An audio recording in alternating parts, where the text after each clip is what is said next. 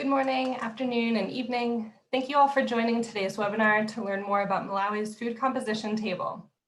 My name is Katie Henneveld, and I'm an assistant researcher for the Feed the Future Innovation Lab for Nutrition and will be your MC for this webinar today. As attendees are joining, I'll begin by going over some housekeeping items. I'd like to direct all attendees to a few functions on this Zoom webinar. At the bottom of your screen, you should see a chat icon and a Q&A icon. Use the chat feature to engage in relevant conversation with other attendees. If you have a question for one of the panelists, please use the Q&A feature. Panelists will respond to questions in the Q&A box throughout the webinar as they are able, and we've allotted the final 20 minutes of this webinar for Q&A.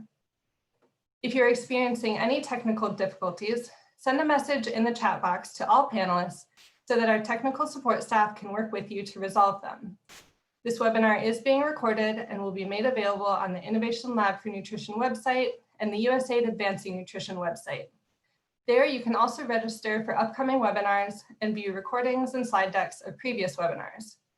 We will repeat these technical housekeeping items in the chat throughout the webinar as people may join at later times. The moderator for this webinar is Sonali Komani. Sonali is a registered dietitian and has a master's in nutrition from Stellenbosch University in South Africa. Her career has focused on developing clinical nutrition practice in developing countries and is currently the supervising dietitian for Malawi's first dietetics training program based at the Lilongwe University of Agriculture and Natural Resources and is supported by the Innovation Lab for Nutrition. Sonali is responsible for teaching graduate classes in medical nutrition therapy, nutrition counseling and behavior change, and mentoring students through clinical internships. In addition, she provides technical support to the government of Malawi on recruitment and deployment of dietitians and on clinical nutrition guidelines and protocol development. Sonali has taken lead roles in the development of credentialing requirements, standards of practice, and education for registered dietitians in Zimbabwe and Malawi. She has over 8 years of experience working in various clinical settings, including public and private healthcare in Malawi, Zimbabwe, and South Africa. Sonali will begin by giving a brief overview of the Nutrition Innovation Lab before introducing today's speakers and panelists. Sonali, over to you. Thank you, Katie. It is our pleasure to welcome you to this series of webinars that we've been hosting on a monthly basis now for the last few months, which are showcasing some great research and the work done by the Nutrition Innovation Lab and its affiliates. I'll kick off with a very brief description of the Innovation Lab by showing you where we are and what we do. The map on your screen shows some of the work that we do that's spread across 14 countries in Africa and South Asia mostly. Our core business is supporting research and capacity building that enables us to understand critical questions linking agriculture, nutrition, and health. The focus of today's webinar is on work in Malawi, where we are mostly involved in human and institutional capacity building. We will focus on the importance, development, and the application of the Malawi's first food composition table. We do other work in Malawi. We do other nutrition capacity building work. The first one being the development and implementation of the first dietetics program and reviewing and enhancing the nutrition content of the medical curriculum. For more details, please, on our research and our webinars as well, please visit our website, thenutritioninnovationlab.org. Next slide, please. Over the 10 years of existence, the Innovation Lab has collaborated with a host of global and local partners in countries where we're active. And I would like to recognize and thank all of our partners for contributing to our many successes. Thank you. Next slide, please. Next, also would like to recognize the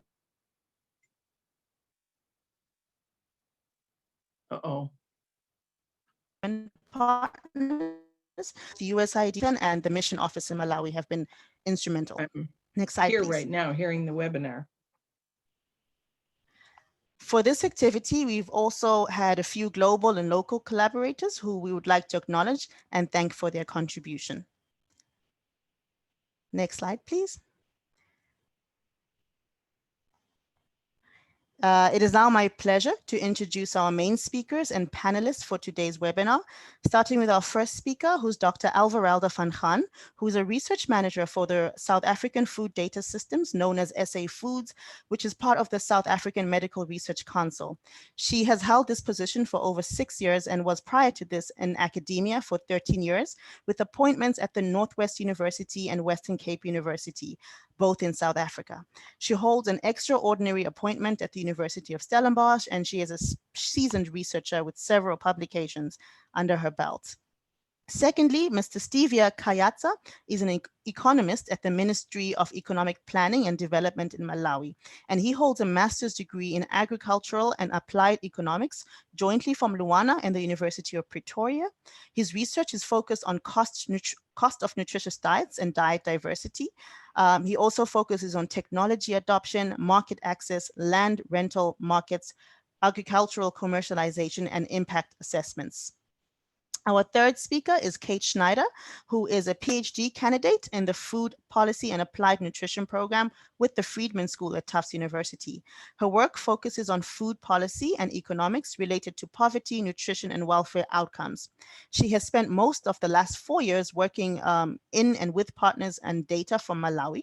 And prior to this, she came to us from the Bill and Melinda Gates Foundation, where she has over 5 years of experience as a program officer in agricultural development. She worked in a wide range of issues, including gender, food systems, nutrition, and environmental sustainability. Our final speaker is Dr. William Masters, who is an investigator for the Innovation Lab for Nutrition and a professor at the Friedman School with a secondary appointment in the Department of Economics at Tufts. He served for 3 years as chair of the Friedman School's Department of Food and Nutrition Policy, and before coming to Tufts was a faculty member at Purdue University, the University of Zimbabwe, Harvard's Kennedy School of Government, and the Columbia University. With that, I also want to introduce our esteemed panelist. Dr. Felix Phiri is the director of the Department of Nutrition, HIV, and AIDS.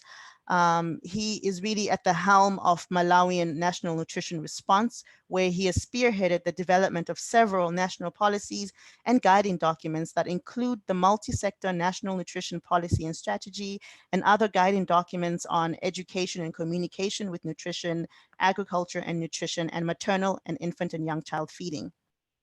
Dr. Phiri has led in the creation and filling of multiple nutrition posts in all 28 of Malawi's districts. He's also been very responsible for increasing nutrition funding in the country. Globally, he's a member of the SUN Executive Committee, and he recently obtained his PhD from the University of Nottingham and has published papers on selenium and zinc. Finally, I would like to introduce Dr. Agnes Mangwela, who is a food scientist with over 20 years of experience in university teaching at Luana, and she has served as the Dean of the Faculty of Food and Human Sciences at Luana and is currently the acting principal at Bunda College. Dr. Mangwela is a holder of a PhD in food science from the University of Pretoria, and she has led in the food composition data compilation management in Malawi. Agnes is available today to answer questions during the Q&A section. Thank you very much for availing yourself, Dr. Mangwela. Over to you, Alvarelda, to kick off the webinar.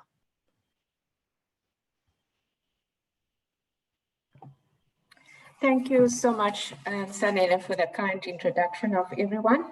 Good afternoon, ladies and gentlemen, or should I rather say good day, as people are joining us via webinar.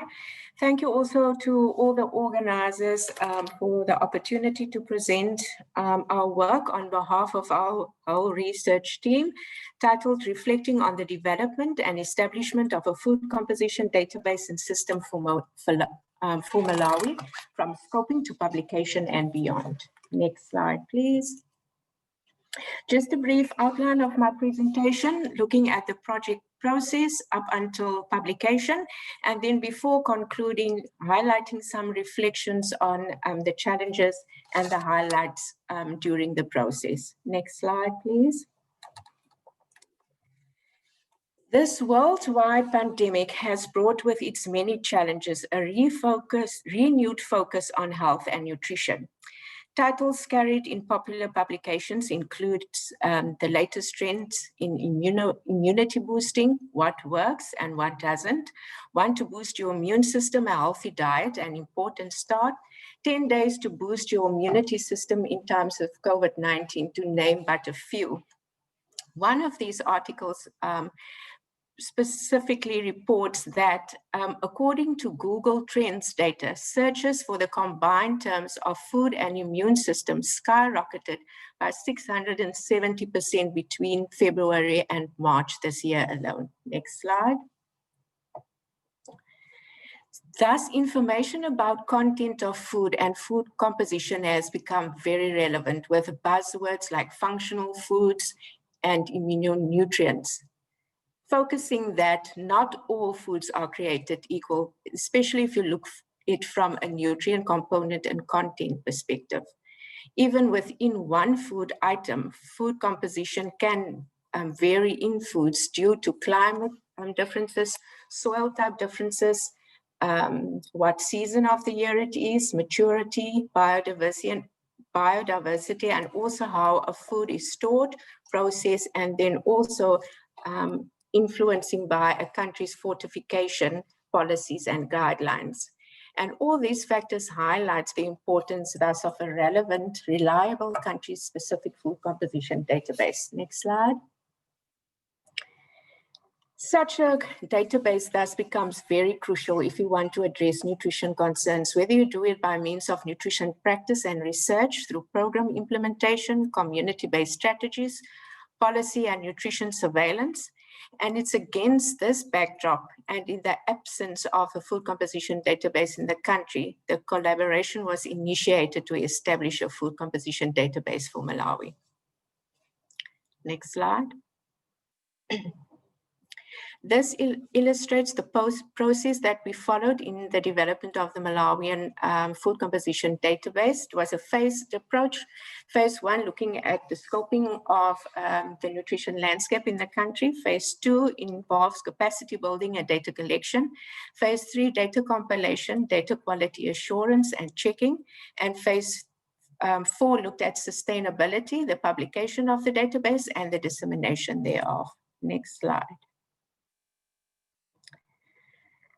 As mentioned, phase 1 involved scoping, and that was done to assess the nutrition landscape of the country, specifically looking at the nutritional concerns and policies in the country, which nutritional activities and research was done, who were the key stakeholders in the nutrition fraternity, were there possible data generators, and who would be possible data users in the country. Also focusing on whether there were possible food composition data already and any compilation activities taking place. And all of this was done via desktop research first, and all the data or information was stored in an electronic repository, which formed background information to the follow-on steps of the project. Next slide. The initial scoping mission and follow-up visits were done by means of interviews, meetings, and visits that were paid to academic institutions and different departments within these institutions, research centers, governmental ministries, bureaus, standards, international agencies, food companies and producers. We also attended a national stakeholder meeting, hospital, local markets, and food stores. All this information then culminated in a scoping report where we highlighted strengths, weaknesses, opportunities, and threats. And this scoping report then guided and informed the subsequent phases of the project. Thank you. Next slide. Just a few pictures highlighting activities of the scoping mission. You can see local markets, food stores, laboratories, and also a picture of the high-level stakeholder meeting that took place, that we took part in. Next slide, please.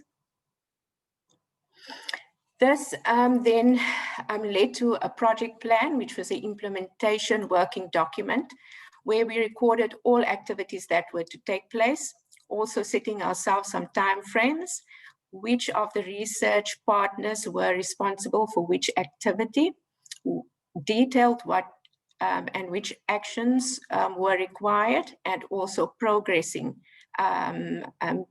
recording progress to date of the project. Next slide. So phase 2 started with a capacity development process whereby we recruited an in-country food composition compiler. Ms. Sitalita Maswangwi was appointed as the in-house compiler for Malawi. She holds a nutrition and food science degree, and she's currently based at Luana under the leadership of the PI, Dr. Agnes Manguela. In addition to a degree, she underwent the FO in Foods e-learning course on food composition data, and also an experiential learning was achieved with 2 visits of 2 weeks each to our unit at the Cape Town offices of the South African Medical Research Council. Next slide. Of course, the biggest part of phase 2 was the next step, which involved data collection, whereby scientific literature was searched via databases. Both published and unpublished data was searched. All this information was added to the e-repository, but also it involved physical visits to libraries of academic institutions and research centers. We also paid visits to the postgrad supervisors' offices, where we plenty cases found stacks of dissertations and theses in their offices. So the data collection was guided by a priority food list, which was compiled by master students taking a food composition data course at Luana University, also guided by literature looking at dietary intake surveys and dietary patterns in Malawi. Then the identified food item information was sourced via additional information through established nutritional platforms in the country. Next slide. Just the example of the priority food list to show this is one page of what guided the data collection process. Next slide, please. Phase 3 involved the largest part of the project, which is data compilation. And after stakeholder engagements, the decision was made that the food groups would be compiled using the Ministry of Health's guideline, with the addition of a miscellaneous group. That's 8 food groups: staples, legumes, animal foods, vegetables, fruits, fats and oils, and baby foods. Next slide. Before the compilation activity actually started, the compilation team evaluated and adapted a data quality assessment tool, which we have used to assess the quality of all the data. So looking at the compilation activities, the data evaluation mentioned here was done by means of this data quality assessment tool.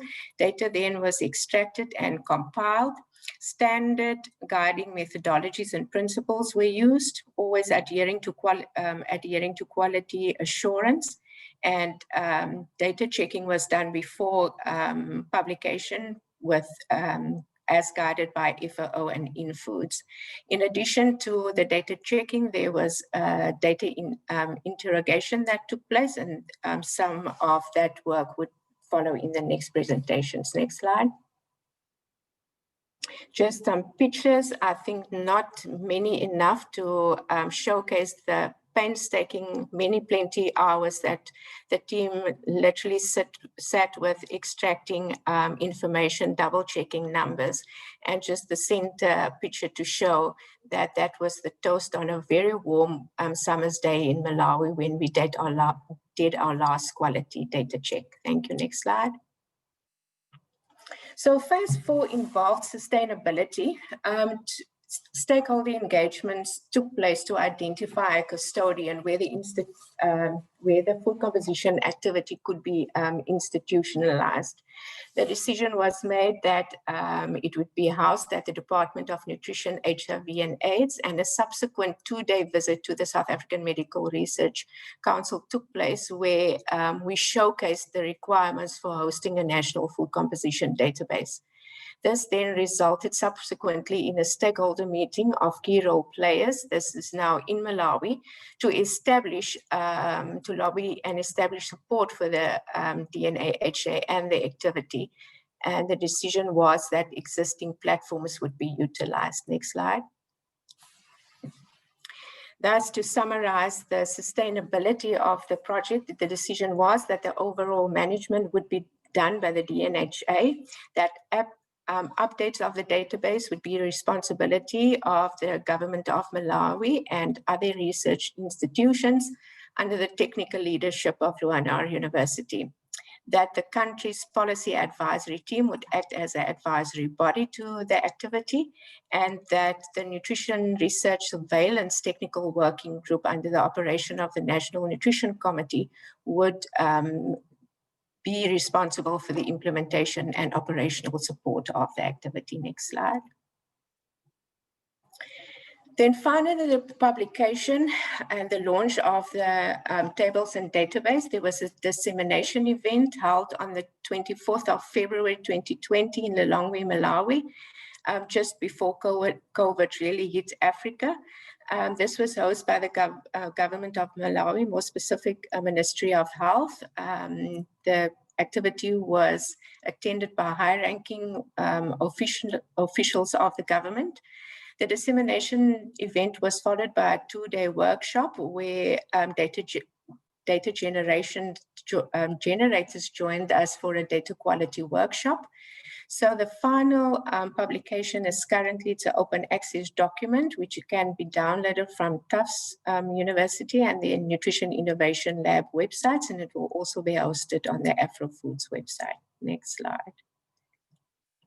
So just to summarize, the current data tables comprise of 316 food items, 8 food groups, 42 components or nutrients.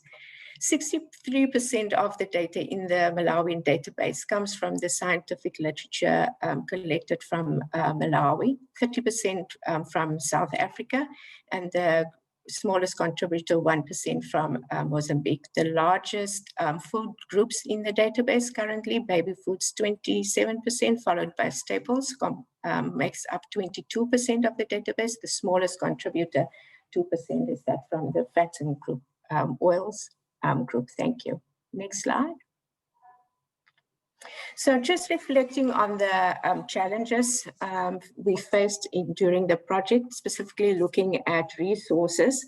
If we look at facilities for analysis, chemical analysis in the country were not optimal if you go think of the number that were available. In capacity, we also felt that there were not sufficient capacity from a board analysis network perspective. The next challenge, I think, is the one that everybody in food composition faces, that funding is always a challenge. Specifically looking at the cost perspective for chemical analysis of food items. Moreover, the fact if you have to analyze for a whole database, it becomes quite costly. If we think of many government departments and all institutions, the fragmentation where different departments work in silos, where in fact there could be interrelationship and working together, that was could also we've seen as one of the challenges. One that we also still sometimes face is private-public partnerships, that we found that some of the food producers were not as forthcoming as promised, and this always involves a lot of relationship building.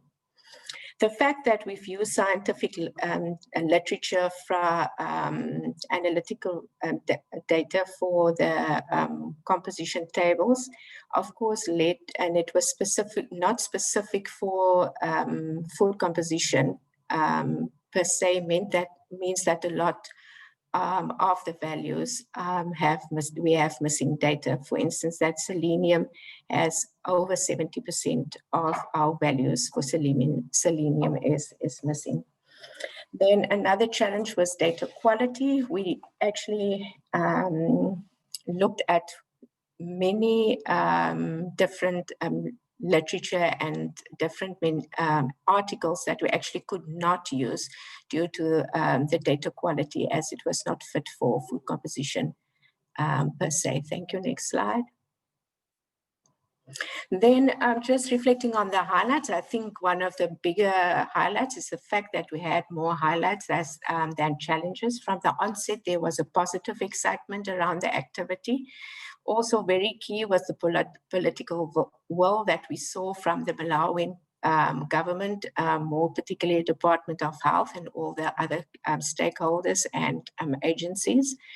The team that actually worked, research team and the compilation team, were very dedicated, definitely one of the best team to do such an activity of establishing a composition database. The fact that there was multi-sectoral involvement. Looking at background information for the scoping mission, there was ample information. Malawi has a more recent food composition a food dietary intake assessment national study than South Africa.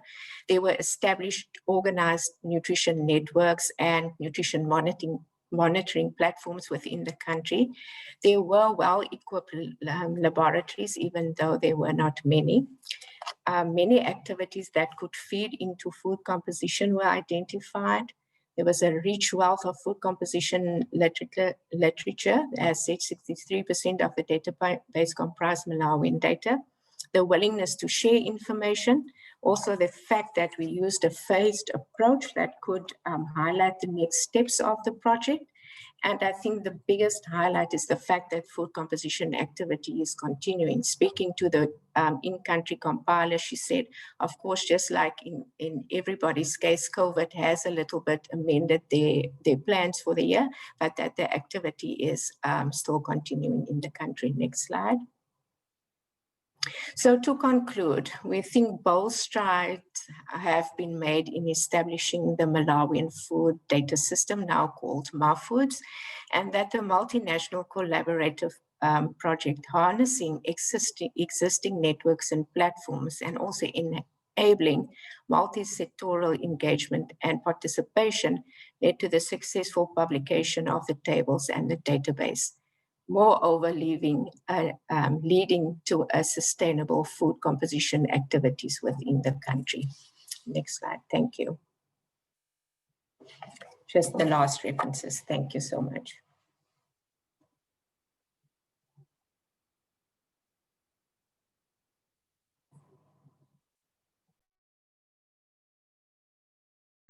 Hello, everyone. Thanks for joining our webinar. So I'm Steve Ekesa. I'll be joined by Kate and Will. Next slide.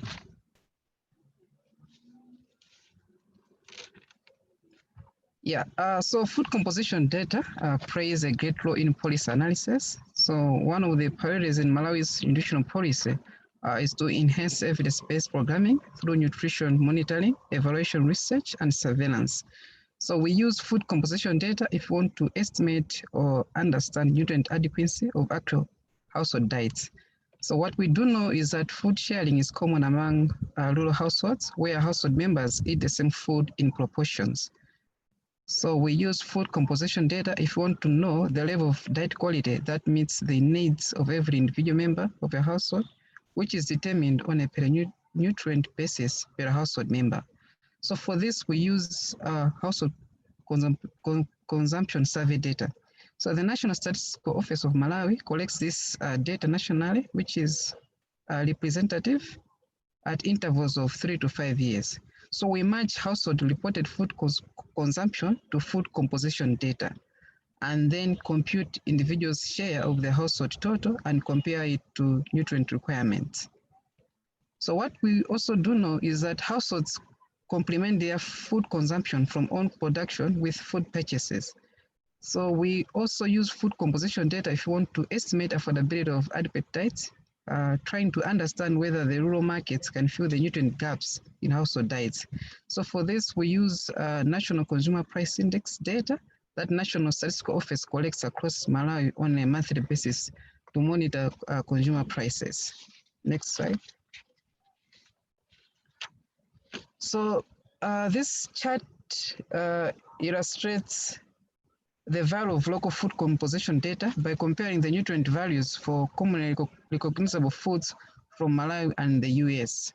So when local food composition data are not available, it's common practice for analysis to to use data from the US Department of Agriculture. So the reason is that this is not the database which is one of the most comprehensive in the world.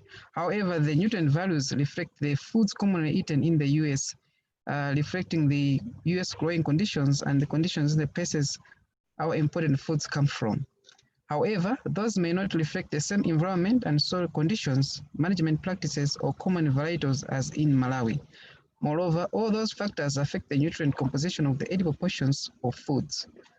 So in the chart, the blue cells indicate nutrients in Malawi's foods per 100-gram edible portion is higher in Malawi than in the USDA database, and the red cells indicate that the nutrients are in lower levels.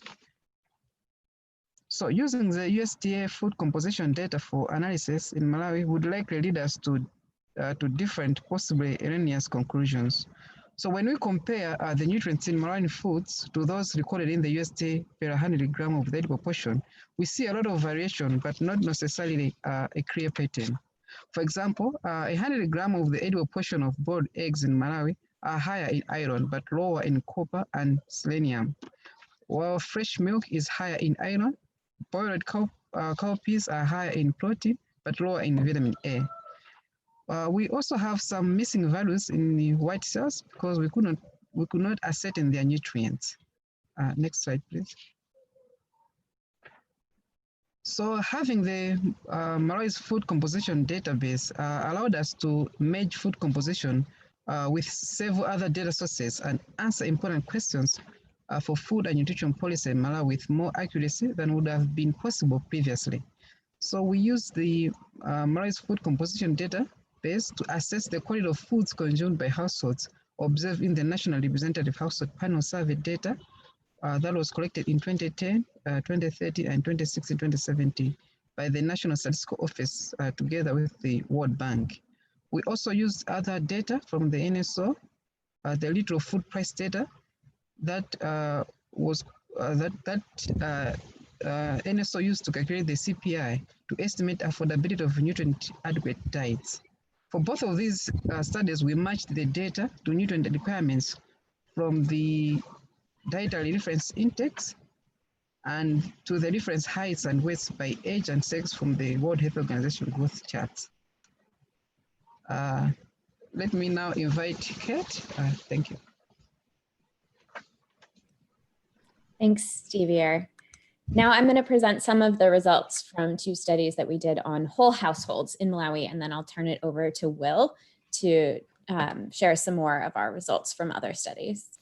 So we used MAFOODS to assess the quality of household diets relative to a benchmark that Xavier described a bit that's an aggregate household nutrient requirement set at a high enough level of diet quality to meet the combined needs of all the members.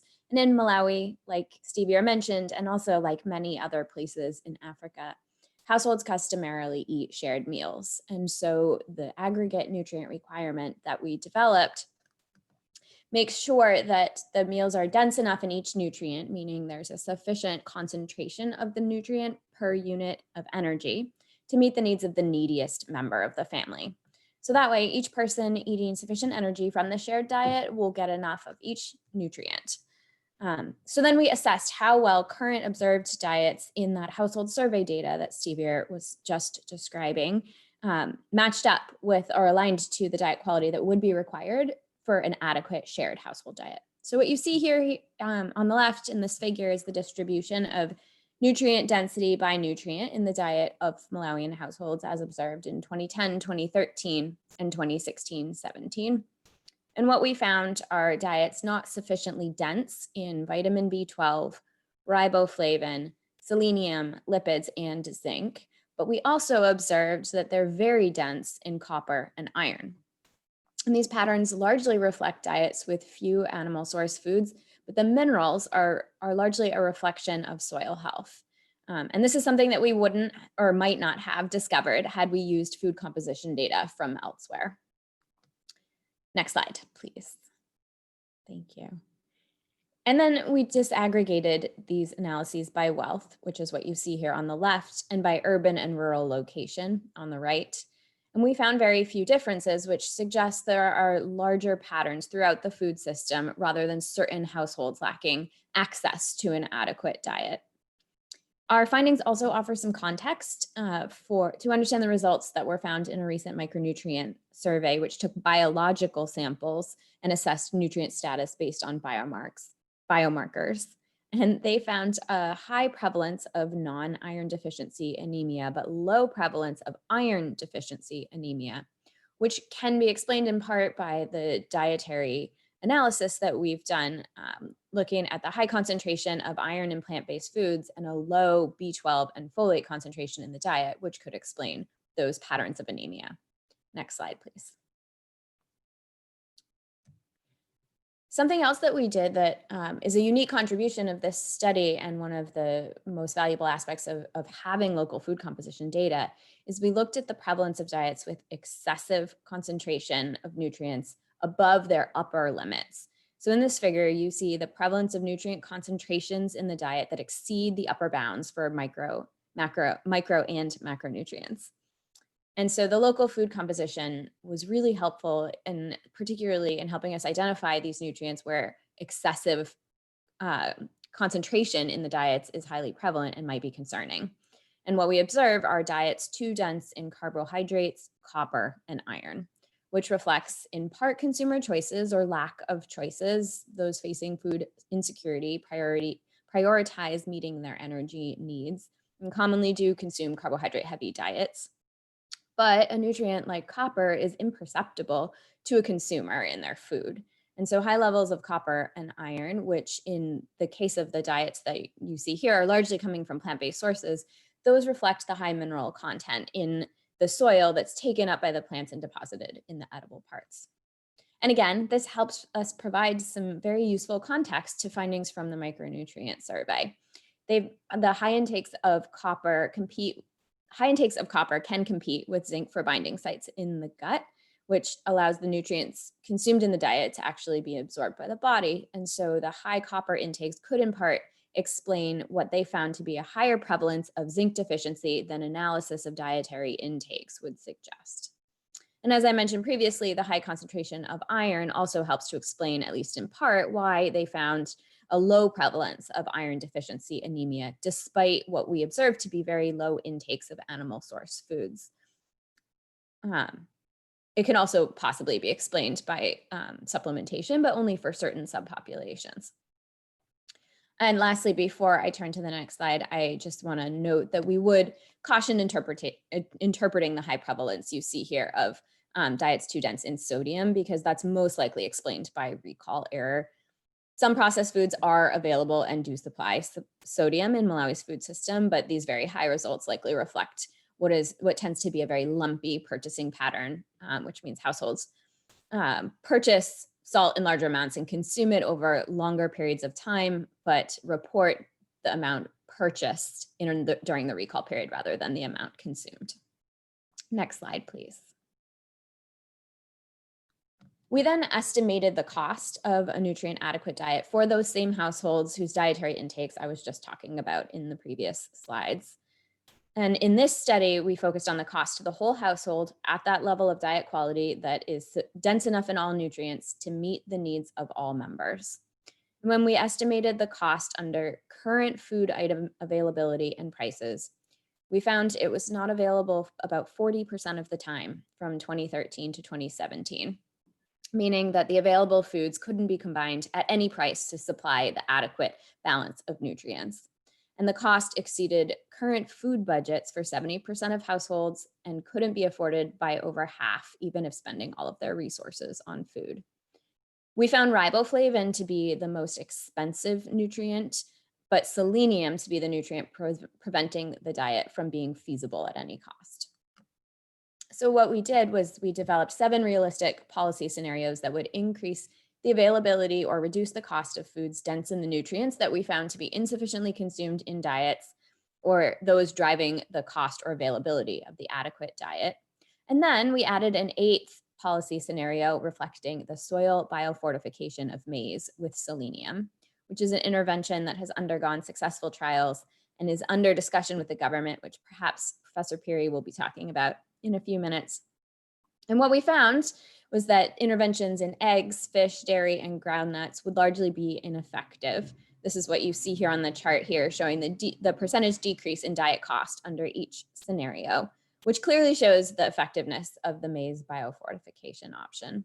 So we found it would make it possible to combine a set of available foods to meet all the nutrient requirements for whole households in nearly all months and at half the average cost. And now I will turn it over to Professor Will Masters to tell you a little bit more about our least cost diet findings across Malawi and in some other countries. Yeah, so thanks, Kate. I think all participants can really tell the depth of work that is possible to do with this kind of data. And I want to share just a few other kinds of projects that we've done.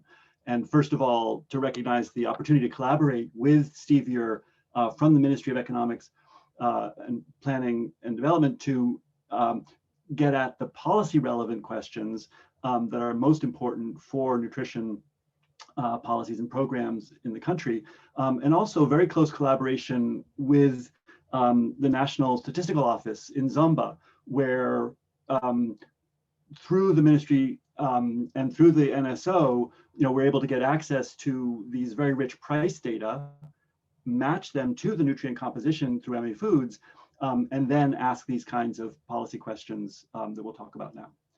So the first picture to share, the slide that you see, is complementing the last two slides that Kate showed that concern the least cost diets. If we take the prices from the NSO measured at every one of the 29 market locations where they measure prices, with their complete history each month from 2007 to 2016, that's the top right corner of this slide, we compute the least cost diet, the most affordable possible diet that Kate was talking about, that would complement the starchy staple, the lowest cost one, with the other sources of the essential nutrients, which MAFOODS has documented are in each food item in the proportions that are measured as Averalda shared. So what you see is that comparing Malawi to these other East African countries, the share of starchy staples is actually appreciably larger. So particularly the ADMARC maize plays a very big role in keeping costs low.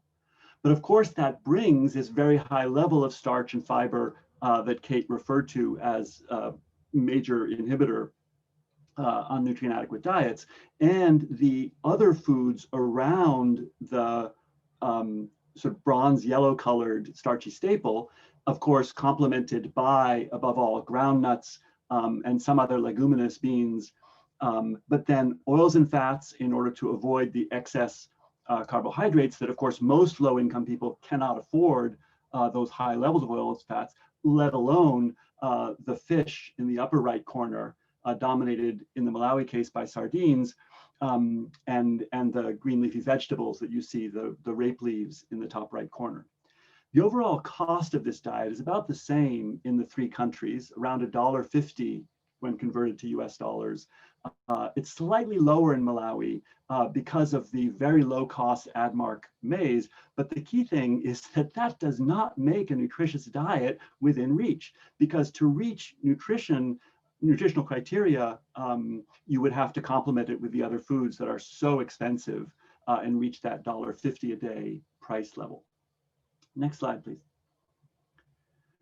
What we see as well is a lot of seasonality. So it's important to kind of look at this as a kind of wave. So what you see here is from month to month, over the 29 markets where the NSO is collecting data, every month from 2007 through the end of it's actually 2017, there's a typo at the top of that. Oh, sorry, no, that's correct. December 2016 is the correct. You see these waves associated with seasonality. And what we're able to do with this method is take advantage of the MAFOODS data to identify when to meet nutrient requirements, households would swap in one food for another to meet their needs at the lowest possible cost. And you see some opportunity for switching from one food group to another, but there is no escaping the need for these high cost, nutrient dense, often quite difficult to produce and market and deliver at each marketplace foods. And in particular, to reach nutrient requirements, notice the very important roles for the animal source foods in the middle, the pink category, and the oils and fats. And you saw which foods those are on the previous slide. Next slide, please. One of the crucial questions that we're trying to answer with Stevia is to understand how the different marketplaces, each of which around the country has a different infrastructure access, something that we've discussed in a previous Nutrition Innovation Lab webinar, and different kinds of market access, how those alter the degree to which the food system is bringing foods within reach. So clearly this nutrient adequate diet is out of reach currently for most households. So the policy agenda is how to bring it within reach, because prices in this context are not just a signal to influence people, they are a barrier that prevents people. So we want to bring that barrier down. And what you see here on the vertical axis is that cost of nutrient adequacy in US dollars, clearly well above the income levels of most households. This is dollars per day per person for a representative adult woman, not the whole household diets. Excuse me, sorry, this is the household diet. And what you see is along the x-axis, the cost of pure subsistence, meaning just from the starchy staple, typically the Admark maize, but could in some markets at some months be other starchy staples. And that in some cases is very, very low, very close to zero. I mean, there's very, very low priced in some markets, there might be on a given month available, but in some months it's quite high. And what you see is this very large range in the cost of nutrient adequacy above that cost of caloric adequacy. So if you cast your eye upwards, you see these columns of numbers as at each level of staple cost, these markets differ a lot in how expensive are the nutrient dense foods. Kate has just clarified to me in the chat box that indeed this chart shows does show the individual woman results. Thank you. So next slide, please. What you see, and Stevia will come back to this now, is a set of bullet points here that I think summarize very well the applicability of this sort of data combined with other data. So really requiring that multi-sectoral, multi-institution collaboration, in this case with the NSO for the price data, as well as with connecting to the household survey data that was shared, where, as Kate described, big breakthroughs in understanding the adequacy of current diets. What are the nutrient gaps, which are not always detectable through a biomarker or through a simple measure like stunting or wasting, but rather something more systemic in the body, such as a selenium deficiency or the iron and copper interaction, which is extremely difficult to detect. And then we do this cost diet analysis that measures the food system's ability to deliver those very high cost nutrients to each market location, and what would be the cost-effective policies to bridge those gaps, and then think about what kinds of data would guide those next steps, those interventions, the policies, the programs that could fill the gaps. So Stevia, do you want to share anything about utilization here of these results? If not, we could go right back to Katie and the overall discussion. Very helpful. I see lots of activity in the chat box. Thank you very much. And questions in the Q&A as well. Thanks, Will. Yeah, I just want to add to say that the government's investment in Malawi has been on subsidizing maize production. So understanding the cost of nutrients would enable the government to develop policies and programs that would increase access to nutritious diets to achieve its vision of a well-nourished Malawian population that would effectively contribute to the social and economic growth of the country. Thank you, Will.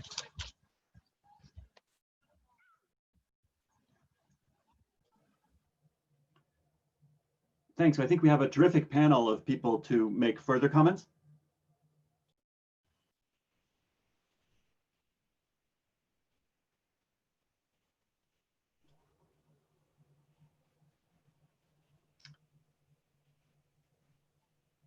So Saneli, this would be back to you. I don't know if we can hear you.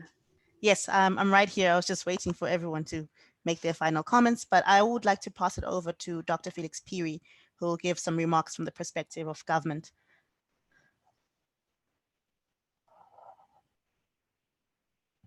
Dr. Peary?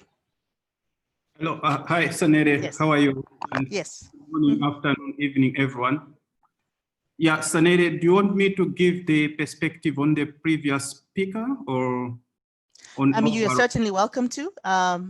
You're certainly welcome to give perspective on the previous speaker, but you could also do what you had planned to.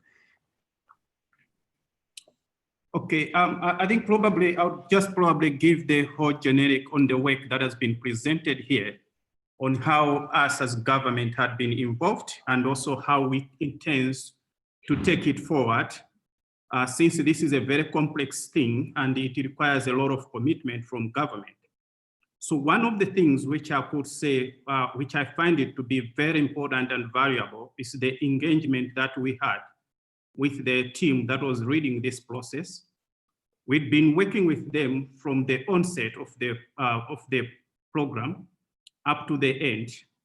And personally, I think I had also visited South Africa just to see how they are managing the program at the Malawi, at the MAFOODS, South African Medical Council. So we had to go and learn so that as we are moving forward with this, we also have an idea on how we can sustain it. So the other thing which probably I would also want to share is that in terms of looking at this whole thing, I think the most important thing is on how countries could sustain it and how they took it. So one of the critical decisions that the government made in Malawi was now to identify a house where this could be sitting in. So temporarily, the program, this whole thing would be sitting in the Department of Nutrition in Ministry of Health, and then we'll be working closely with the Lilongwe University of Agriculture as we are moving forward. And as was already reported, we also have a policy advisory team, which would be providing technical support and other things. The other thing which also we have committed to do as part of the long-term solution is that in our food and nutrition bill, we had proposed to have the National Food and Nutrition Council. So in the National Food and Nutrition Council, we are going to set up a department that would be managing the food composition table, and this would be would have officers dedicated to do this work. Because the way we thought we could, why we had to use the National Nutrition Council once the bill has been approved, because this would be the council which would be under the Act of Parliament, so it would be sitting in there. And at the same time, because we are looking at the whole thing as multi-sectoral in nature, so sitting in there, it means it would be easier now to be accessed by so many partners, and they also have a lot of influence in terms of implementation. Now, coming back to having the food composition table, now the question one could ask is, what is Malawi doing? How are we using it? So I probably wants to share in terms at different levels on how we have been using it and how we intend to use it. The first layer is now at policy level. What we are doing now at policy level, based on the results, because these are local results, we want to develop guidelines, especially on management of NCDs. And those guidelines would be using the food composition table to make certain recommendations. And that process has already started. And the second thing we want also to do is to develop food-based dietary guidelines for Malawians. Now this is looking at the general population, and we are also trying now looking at what could we do, looking at considering that our levels of malnutrition are high. So we'll be using this to develop complementary feeding guidelines and recipe book, which will be age specific. So from the policy point of view, we thought doing that, it means we are also dealing with the challenges that we have as a country, especially looking at the double burden, where we are talking of non-communicable diseases as well as undernutrition and overnutrition. Then it has also helped us to guide us in terms of identifying the nutritious foods, which could be promoted using our behavior change and communication strategy. So we are able to identify which foods could we be able to promote, and also basing on seasonality of the foods across different regions. Then we are also looking at developing counseling materials for various demographic groups that would be able to improve their nutritional status, especially we are looking at the adolescents in this case. Then at research level, we have seen that people have already started using the food composite data, especially the academia and students. Most of them, they have been using it, but all in all, we have also been working with the Bill Melinda Gates project, which is actually doing the micronutrient action policy support. So this project is using this data, and it's a project which would generate a lot of information that would probably inform our country in terms of micronutrient deficiencies. Then we have also seen that dietitians and nutritionists have also been using this, especially doing their plan for their own, as well as clients' meals. Then at operational level, we'll be using the food composition table, especially guiding us in terms of meal preparations and also combinations of food, as we are aiming at improving nutritional status of the vulnerable groups. We have also been using this in our charts, especially the ones which we are working with the care groups at community level. And then we also want to use the same in promotion of local foods that have been identified in those, and how those could be promoted and then scaled up based on seasonality.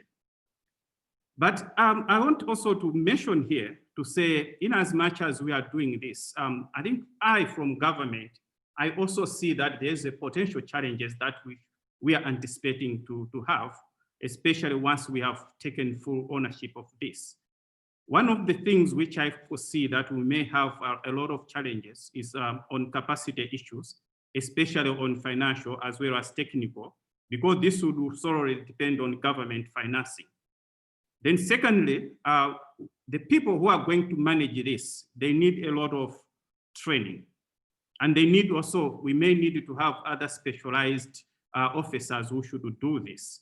So those are the potential probably challenges that we anticipate. But however, we are hopeful that through government, we are going to train a few officers at master's and PhD level who should have adequate capacity to do this. I can stop there. If there will be questions, I'm happy to respond. Thank you. Over to you, Sanel. Thank you very much for the insightful presentations and also for your panel discussion there, Dr. Phiri. Just following on what you were just talking about, Dr. Phiri, I would like to ask a question perhaps to Alvaralda. And this question is from B. Rogers, and she asks whether you can talk about the specific activities that are involved in hosting the database. So what level of updating or adding of the data do we need to do, and what other activities do we need to do to keep the database up to date and sustained? Thank you, Sanele. Thank you for the question. I think most probably Dr. Phiri would be a better person to answer the question, but from our side is that, as he has explained, such an activity was not present in Malawi. So if we're talking about hosting the activities, as he explained, is that it really does take resources. So you would need people that need to be paid a salary. They would need officers. And of course, also these people need to engage what the nutrition landscape look like, what are the needs of the country, but also to start from what the current database offers and where the missing information is. Then, of course, to get a team together to source funding, and that is usually the bigger obstacle for the process because it's very costly. So hosting a national database involves quite a bit because the core function of this activity now being MAFOODS would be to maintain and update the database.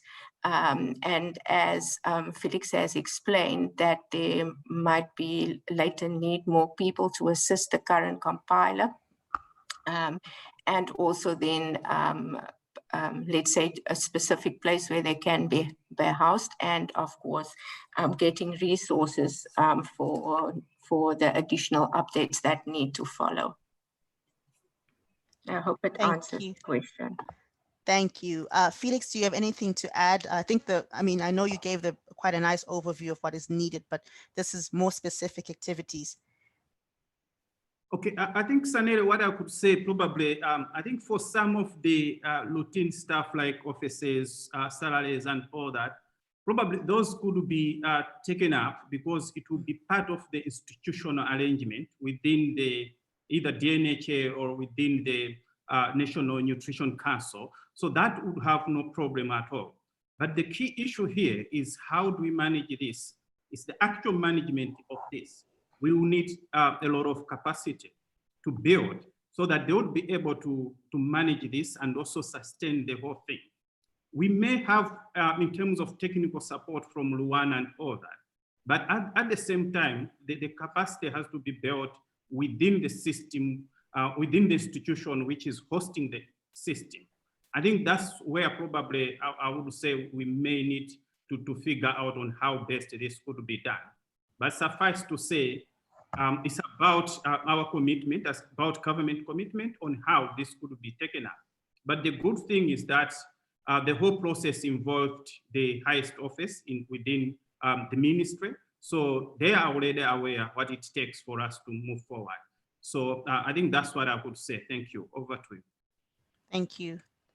We've just had a question in from Dawn, which is asking about the role that the Malawi Standards Bureau or regulatory monitoring have played in the food composition table development and adjustments. I'm not sure, should I give it to either Agnes or Alvarelda, depending on who's more comfortable?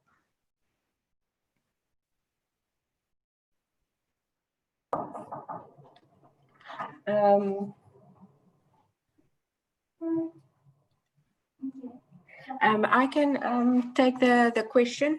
We visited because there are a few standards already published in Malawi. So we visited this Bureau of Standards just to be aware of the standards that are published in the country. And of course, they were very welcome to share that with us, even though we had to pay for some of it. Yeah, so that was the background information also needed to make sure that we have all the information going forward. Thanks. The next question, I'll just move on, is from Naveen.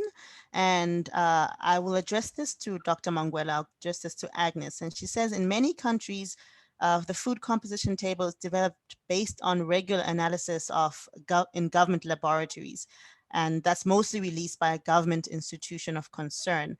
How do the proposed approach, this approach, I suppose, how is it different rather than the general practice that many government follow? So how is the approach that we used different? I think that's what she means. But thank you very much, Sanele. Yeah, our approach was different in that we did not use primary research data that was specifically analyzed for the food composition database. Rather, we used already published data, and that data was compiled to form the database. So that's the difference. And it's also an approach that is also widely acceptable and used in other countries as well, to use secondary data of existing published articles. Thank you. Thank you. Thank you very much. This next question is directed to Will Masters. How would this affordability challenge look like under the Eat Lancet planetary diet? This is from Ahmed. Yeah, that's a great question. And it echoes actually what Dr. Piri was just saying about Malawi needing to develop their own food-based dietary guidelines. When you look at those food-based dietary guidelines, whether it's Eat Lancet or the ones that are created by national governments, they do call for quite a lot nicer diets, more expensive, with more of the high cost nutrient dense foods than the ones that are just meeting nutrient requirements. So the data that we've shared are really a lower bound on a healthy diet. So that healthy and sustainable Eat Lancet pattern is much more expensive, more like $3, between $3 and $4, sometimes $5 a day, as opposed to $1.50 in a setting where people are actually spending in US dollar terms, perhaps less than $1. Thank you so much. Even more costly. Yeah, and I think by that you've also answered a question that came up through Naveen. So I'll move back to the development of the food composition table itself. And Natsuku is asking, why separate baby foods from other food groups? And then she also asks, since the phase 1 started, how many years does it take to publish the FCT in total? This can go to Agnes or Alvaralda.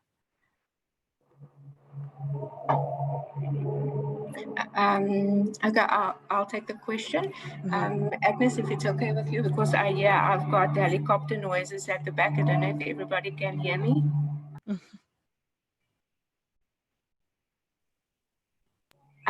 Yes, baby foods were included specifically after having stakeholder engagements with a lot of nutritionists working on grassroots level, said that such information was very important because of the malnutrition rates in the country, and that they would want to see a separate baby foods group. That's why baby foods were included.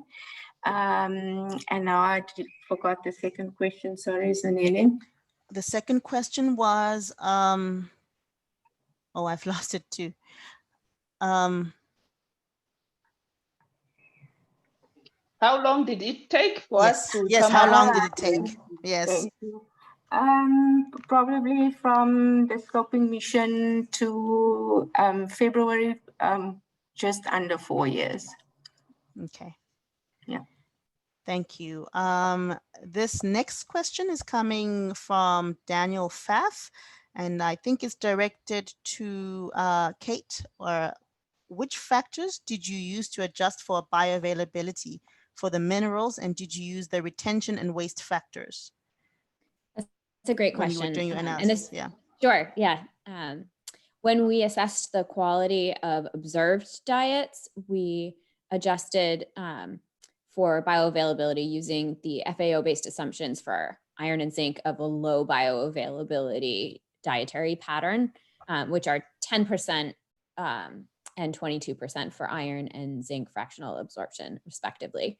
And then for retention factors, unfortunately, we did have to use USDA for that.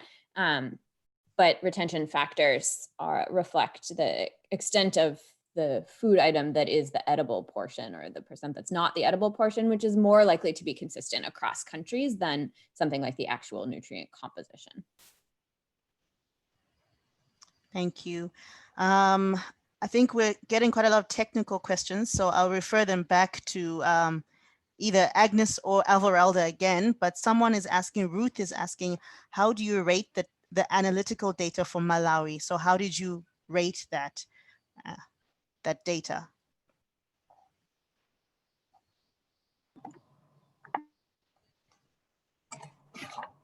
Yes, Sorry, Zanele. Yes. We, as mentioned, we looked at different data quality assessment tools, and more specifically, we thought that we used the Eurofur one. So we have added, I think, 1 or 2 additional factors to the tool, and that is what we use. So looking at key issues like analytical methods, how many samples were analyzed, what type of product has it been described well. So let's say we looked at quite a few data quality assessment tools, but basically worked from the Eurofur one, and that is what we have used to assess the quality of the literature to include or not. Thank you. One of the final few questions that is there is from Anne, and she's asking what the level of involvement from the Ministry of Agriculture was in the development phase, and what role has agricultural soil science, soil mapping play in improving nutrition in Malawi. So these are 2 questions. Perhaps we could speak at Dr. Piri or Agnes to explain up the role that the Ministry of Agriculture had, and then perhaps I'll move on to either Stevia or Kate on the role that agriculture has and soil science has in improving nutrition in Malawi. So let's start with the Ministry of Agriculture's role.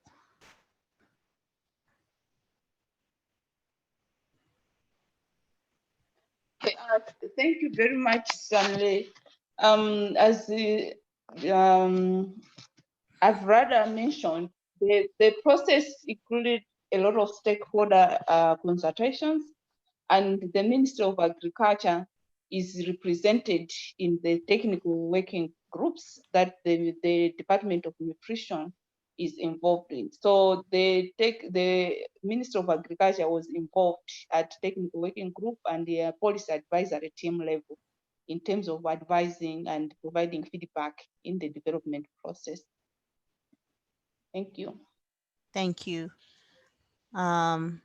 Kate, do you want to take the question about the role of agricultural soil science and mapping on improving nutrition? This is specific Sure. to Malawi, but I guess it can be generic, yeah. Yeah, and I'll say I'm not an expert in any of those things, but I can respond a little bit to, I think this comes back to what is the story for selenium here in Malawi, and there have been some other questions in the chat that have asked, how can we draw the conclusions that I came to about the cost and the potential effectiveness of the selenium biofortification when the food composition has little selenium data for many types of food? And I think this is where the value of combining multiple data sources is really useful. So I will say Dr. Piri is the person on this call who really is the expert here. So I will turn to him in a second. But what I would like to say first is that the micronutrient survey did observe very high prevalence of selenium status deficiency. So this to me says that yes, the food composition data may be missing for selenium for many foods, but most likely the food system does not have a whole lot of selenium throughout it. Otherwise, we wouldn't see manifestation of such deficiency in humans. And so when we think about addressing that deficiency, this would call for nutrition specific interventions. When you're talking about a single nutrient, those are the interventions that address the immediate causes of that malnutrition. So something like fortification.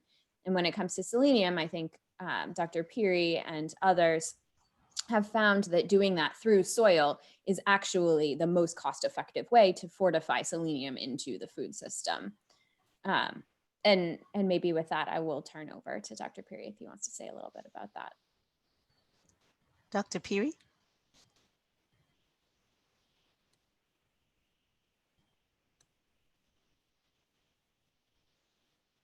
Dr. Piri?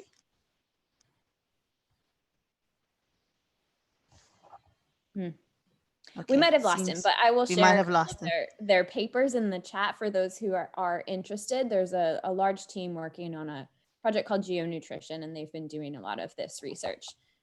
Sure. That it sounds like maybe we have him back. Dr. Piri?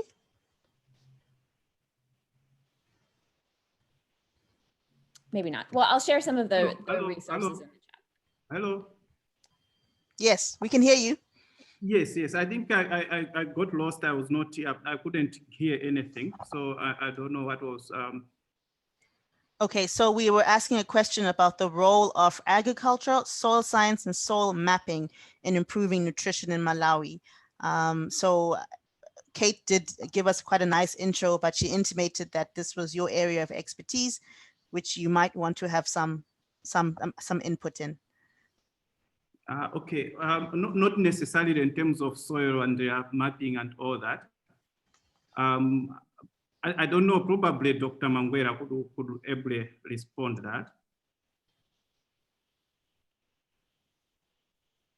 Yeah, I think what I can say is I know our crop and soil science department here is implementing a project, the geonutrition project that Kate mentioned, and they are exploring possibilities of including selenium in fertilizers and see how it would affect, for example, the selenium status of maize that is grown with soils that have been fertilized with selenium. So it's an ongoing work, and I think we may see the results in the immediate future. Thank you. Thank you. I can just add one more thing too, that I would say, not being an expert here, but I think it's a really useful thing to keep in mind is that soil composition differs from inch to inch. And so having really locally specific soil nutrient composition data is very useful for both agriculture and human health to understand the distribution of minerals, particularly the nutrients where what ends up in the edible portion of the food is particularly influenced by the composition of the soil. And there are some other projects that are also doing very granular level soil mapping that could potentially be one of the ways in which additional data could be used to triangulate what is the situation in the soil, what's manifesting in the foods, and what's ending up in human bodies and as health outcomes. And so I would also point everyone to the AFSIS project, which is providing very highly detailed soil maps of soil health across Africa, I believe. Okay. Thank you. Thank you so much, Kate. And the very last question we can take before I put it over to the speakers and panel to give their final parting shots is about data quality.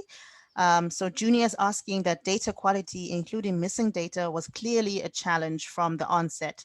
How do we plan to ensure ongoing data quality assessment for error detection, monitoring, and remediation now that the data has been compiled? We can take Alvaralda, I guess, for this. And then we can also maybe have some input from Dr. Peary. Yes, thank you, Zanele. Yes, as mentioned, one of the major challenges was that the data that we have used was from published scientific literature, not specifically geared for food composition, for the food composition tables and database. And that is the result was a large percentage of missing data. And the fact that we haven't compiled or imputed data was that we were not comfortable because a lot of the Malawian data is or food items differed from other sources. We have, while we were busy compiling the information, we had already started to write proposals for follow-on development for analysis. Up until the completion of, let's say, this phase one of the project, we were not successful. So one of the main aims, of course, is to source funding to address these gaps in the data, and also, of course, to increase the number of values, food items within the database. But yeah, I think Felix would be perhaps an apt person on how the, let's say, funding sources is going. Okay, thank you. We actually have a bit more time. We've got about 3-4 minutes for more questions. So I'm just going to comb through the questions. Also, perhaps, sorry, Zanella, Yeah, go on. Agnes would also be perhaps a better person, being, let's say, the technical PI of the project on where they are with the updates of the database. Sure. Agnes, do you have any input? Yeah, I think what I can also say is that when we observed the challenge with data quality, we also had some training sessions for data generators. So we brought in students from the different university campuses and laboratory technicians who underwent a 2-day training on the data quality for data generation to be included in a food composition database. And we believe that with that, it will help so that future work that is generating data can be of better quality. But we are also exploring, as Avrada has indicated, so for the gaps that we have observed, we are also looking for funding and the resources to be able to collect data that will help us to fill in the gaps in the database. Thank you. Thank you. Few more technical questions here.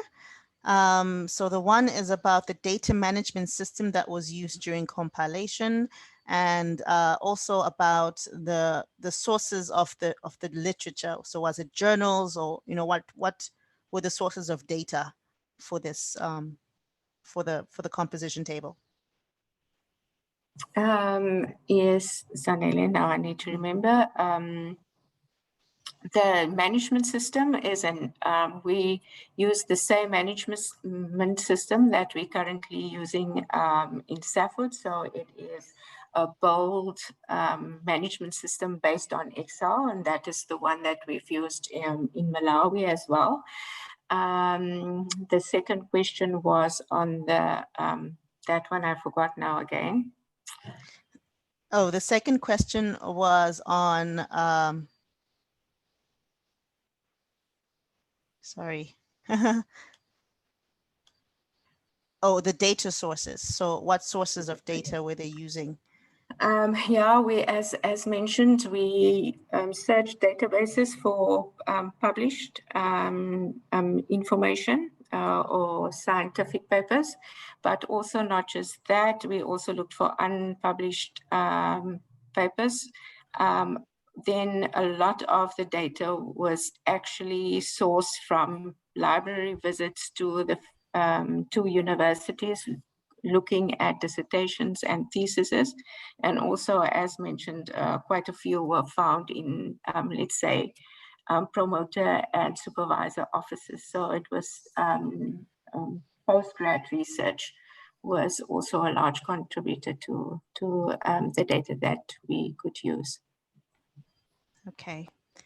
I think with that, that is probably the last questions that we could take. I'm just going to open it up again to the speakers and the panelists, probably starting with at the top with you, Alvaraldo, on whether you have any parting shots, a few parting words, quick 20, 30 seconds that you would like people to take home with them.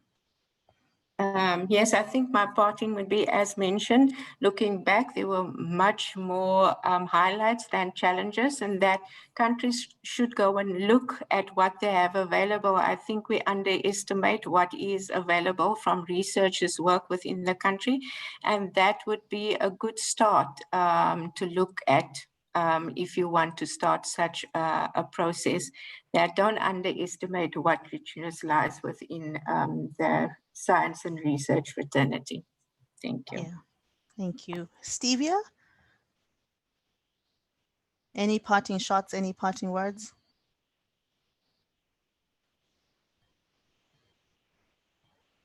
Are we still with Stevia? No, that's fine. I think you can proceed, I think. Okay, thank you. Kate? Sure, I'll just build on what Everalda said, that these locally relevant data are so valuable. There is so much that can be done with bringing together research that's already been done, which I think makes the most and best use of existing data. And then there would be tremendous value in investments, targeted investments to fill in the gaps. So I think that could make analyses like the ones that we shared even stronger, more policy relevant. And the amount of funding, when all you're doing is filling in the gaps, once all of this tremendous work to bring together what's already there and already done would be marginal for a huge benefit.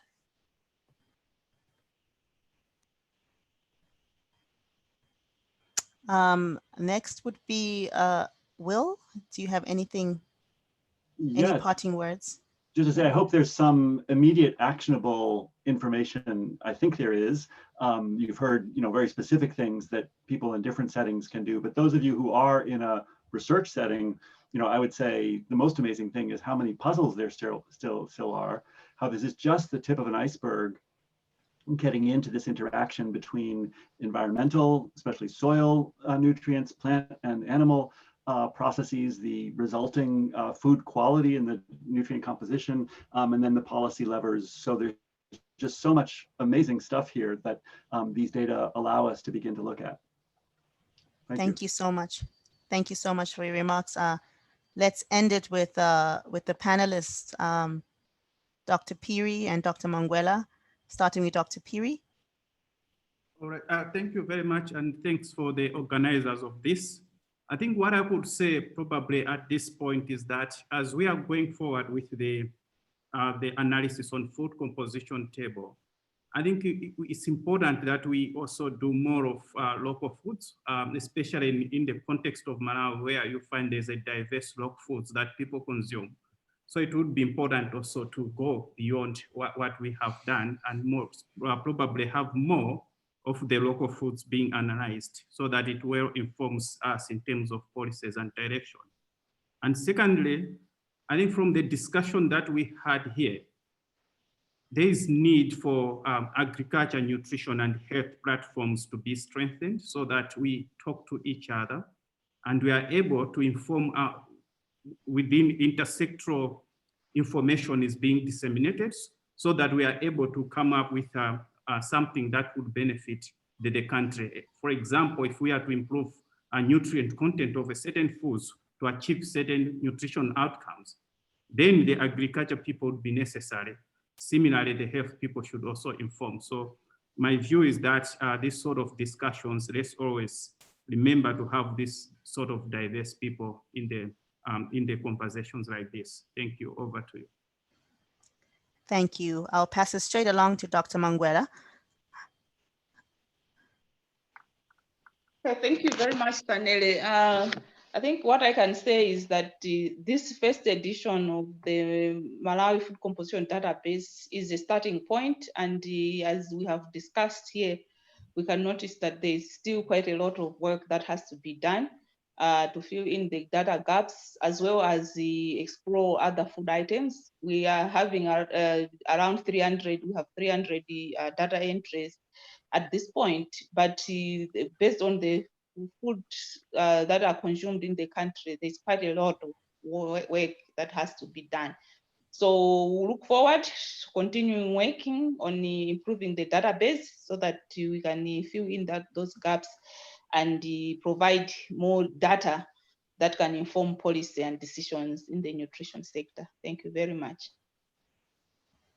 Thank you, Dr. Manguela, for those parting shots. I suppose mine is to thank everyone and to end this webinar with just extending my profound thanks to all the speakers and panelists that brought a lot of knowledge, amazing amount of insight into this topic, and for the panel, for the audience too, for turning up and asking a lot of insightful questions. Thank you very much. As we said before, this is not the only webinar that we've been going on, has been going on. So there will be upcoming webinars, and the next one is in November, the 4th, on your screen title. So please do log in and please do register for the next webinars.